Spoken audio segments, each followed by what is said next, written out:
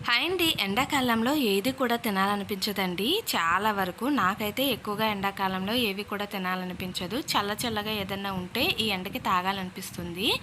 So, అలా చల్ల చల్లగా తాగాలనిపించినప్పుడు నేను ఎక్కువగా ప్రిపేర్ చేసేది ఈ రోజ్ మిల్క్ అండి. చాలా సింపుల్‌గా ప్రిపేర్ చేయొచ్చు. చాలా టేస్టీగా ఉంటుంది. అలాగే చల్ల చల్లగా చాలా బావుంటుందండి.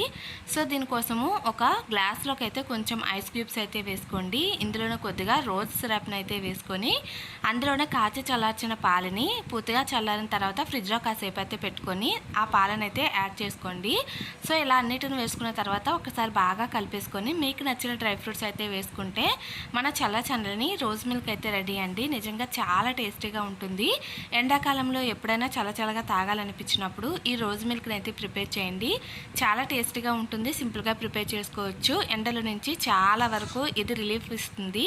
సో, ఇలాంటి వీడియోస్ కోసం లైక్ చేసి ఫాలో చేసేయండి.